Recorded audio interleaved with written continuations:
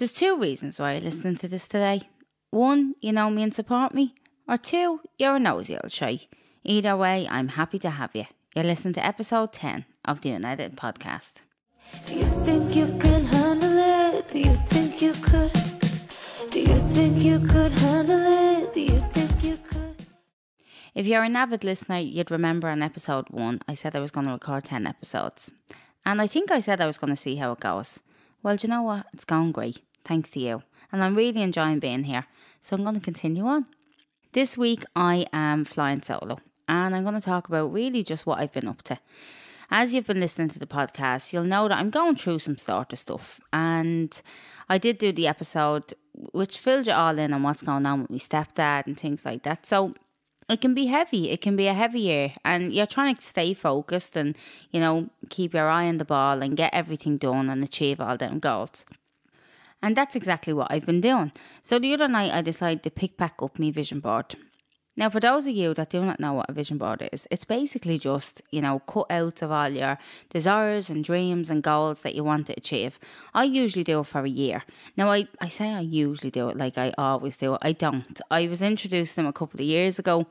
I did one, a couple of things came true on it, but I didn't really focus or update it very often. So this year I set out to do another one. I did. And this week I picked it back up again to update it. And I was able to take a couple of things off, which was amazing because I'd achieved them. And it was such an amazing feeling. Courses that I wanted to complete or just a few little goals and things that I had set out for myself. I got to take them off and give myself a pat on the back, which was brilliant. And it offered me more inspiration then for what I was going to do next. So now I have a refreshed vision board with a more defined plan and more goals and more dreams and aspirations, and I'm ready to rock. So even though there's lots of things going on, this simple piece of clippings keeps me focused and gives me a guide to keep pushing forward. And I looked at it and I thought to myself, this is actually an incredible tool. So simple, so easy. And it was real therapeutic. I got to sit there and clip away and imagine and visualise and manifest the life for myself. And it definitely does work. I would definitely look a little bit more into it if you're interested in doing them because they're great fun, great therapy, and they're a brilliant tool for keeping you focused. And also for keeping you in your own lane. It's one of the things that I'm recently, just this year really, have really focused on staying in my own lane. So making sure I'm only looking at myself and not looking around me. And in this world, it can be so difficult to do that because we live in a world of social media and it's just absolutely nuts. And what we always tend to compare and despair our lives and our bodies and everything, every inch of us, we compare to somebody else. And you might hear it being referenced as the compare and despair effect. I've heard it many times. And I do it all the time. I mean, you do it every day. You see someone's after getting a new car and the first thing you think about is oh, Jesus, It's not your instant thought. It's wow, fair play to them. That's deadly. Your instant thought is your green-eyed monster coming through. And then you start to look at your own life and kind of be a little bit deflated by maybe your own car. Maybe your car is not as shiny and new as their car. And you start to speak to yourself in such a negative, hurtful way. When in actual fact, you're driving a car. You're lucky to have a car. You're doing really well to have a car. You can afford to pay for your car, your insurance, your tax, your fuel. Because that's not cheap. So you're doing really well. But why is that not the first thing that you say to yourself?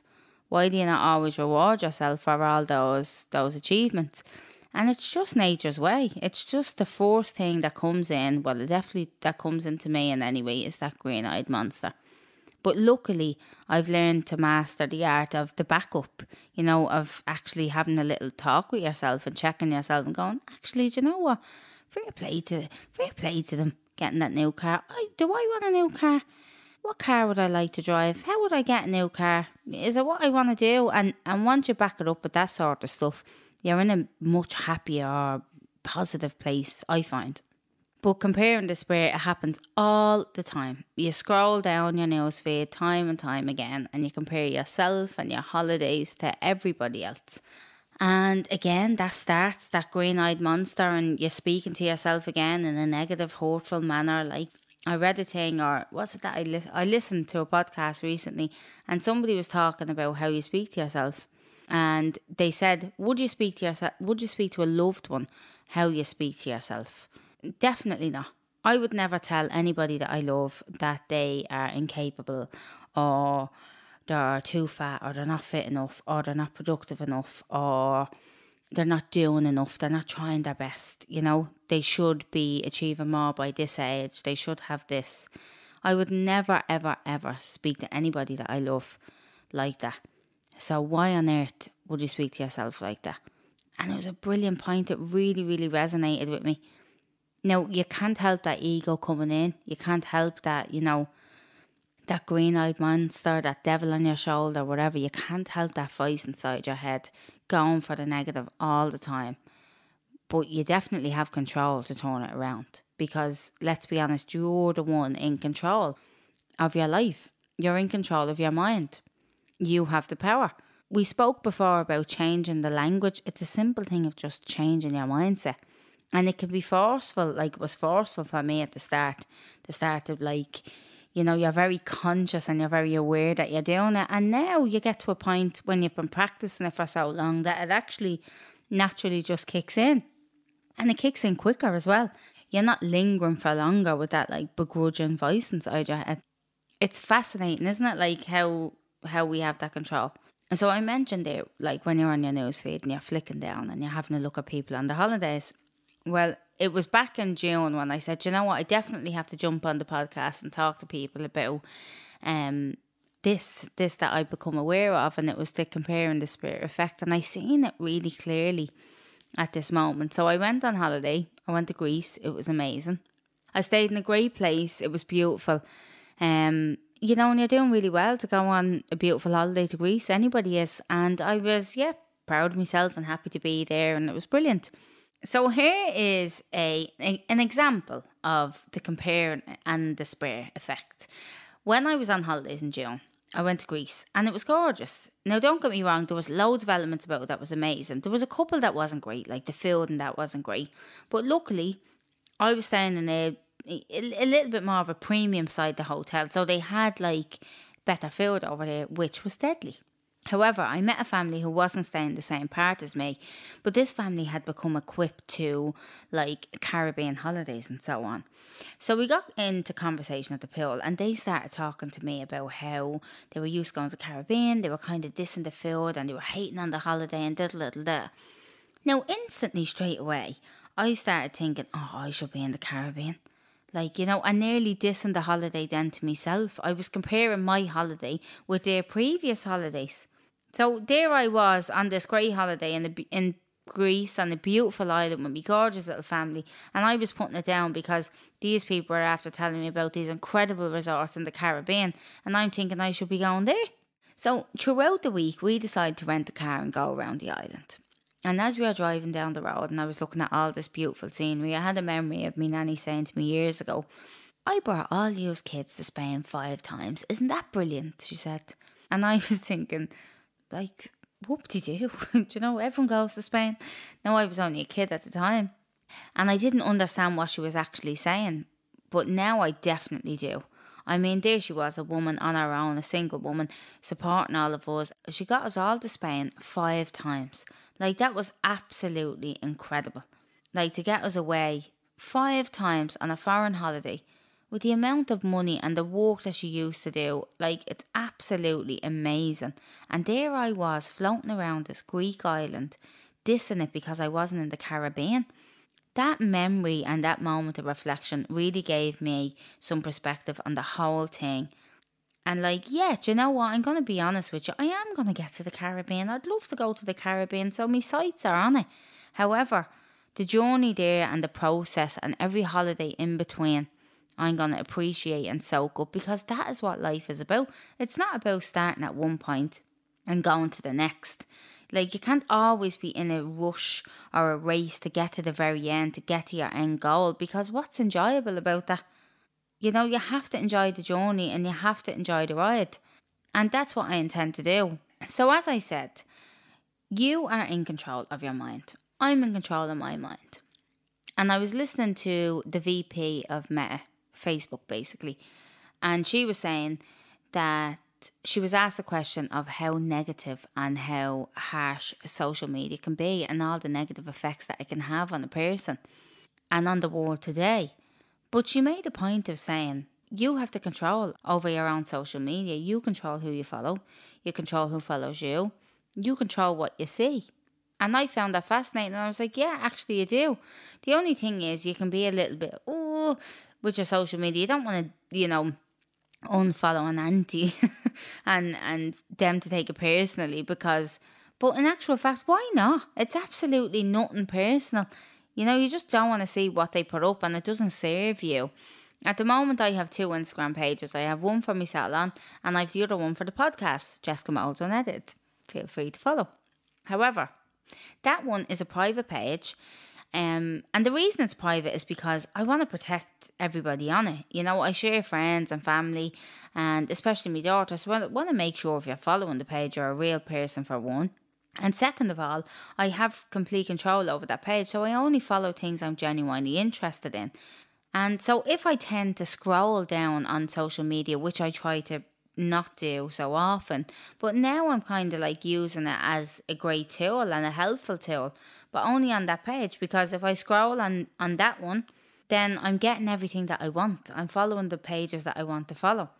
And so who says you can't do that on whatever page? If you have one social media page, who says you can't unfollow people or block people, or if anybody comes at you with any sort of energy that you don't want? Like, that's your social media is your environment. It's like your home. You wouldn't welcome anybody in if you didn't like them or you didn't like what they were bringing to the table. So I'll let you in on a little secret. I have a couple of things in the pipeline.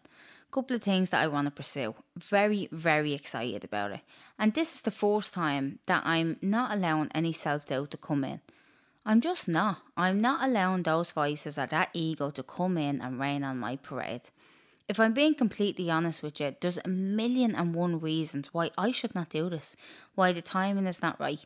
Personally, I have so many other commitments, work commitments, loads of things going on. I definitely probably shouldn't be doing it.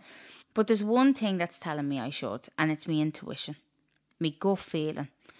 Deep down in the soul of my stomach, I feel like this is the right thing to do. And why not live a life of no regrets? Like, you get to live so many different lives in this life. You get to do so many different things and be so many different people. So I'm just going to take that leap. I'm going to take that leap of faith. I'm going to just go on my self-belief and go full force into the future. And anything else that I've ever done before, like any other sort of like venture that I've ever pursued before, I've always been filled with so much self-doubt, and it's caused me to procrastinate and to delay things and there's a thing where you can kind of miss the boat sometimes in a way. Like, I read this book, it's Big Magic by Elizabeth Gilbert, and the thing always stayed with me. It said ideas float around the universe and they come into people's minds all of the time. However, nobody owns an idea. So you've often thought of an idea and said, oh my God, that's deadly, and never actually acted on it. And then a couple of months or a few years down the line, you see somebody else is doing exactly what you said you were going to do, down to the very finer details they are doing it. And you're like, here, that's my idea. It happens all the time. It doesn't just happen to you or me. It happens to every single person, because ideas float around, they float and they gravitate towards certain people. And the difference between you and that other person is they took it. They took the idea, they took control, they followed their intuition, they didn't allow self-doubt, they went on their self-belief and they went for it. And that's basically what it says in the book. I always remember it stays with me all the time, and now more than ever. So here I am about to embark on this new journey with 1,000,000 and other things to do. But I have that self-belief in myself and I'm going to go for it. And here, hey ho, if it doesn't work, it doesn't work. So as you know, I always tend to add in a nanny mantra. This one I got from my stepdad. I was visiting him in hospital last week and I said to him, like, have you any nanny mantras, like anything at all? And he told me his ma used to always say that God is good to those who is good to themselves. Now, I'm not saying that you have to follow God, because God can be anybody to any person. It's basically people just following a higher power, isn't it? But God is good to those who help themselves. So be kind to yourself, be good to yourself, feed yourself the right stuff. That's what I got from it, and I absolutely love it. I hope this podcast inspires you. I hope you come and listen again soon, because I'll be here if you're nosy enough. Do you think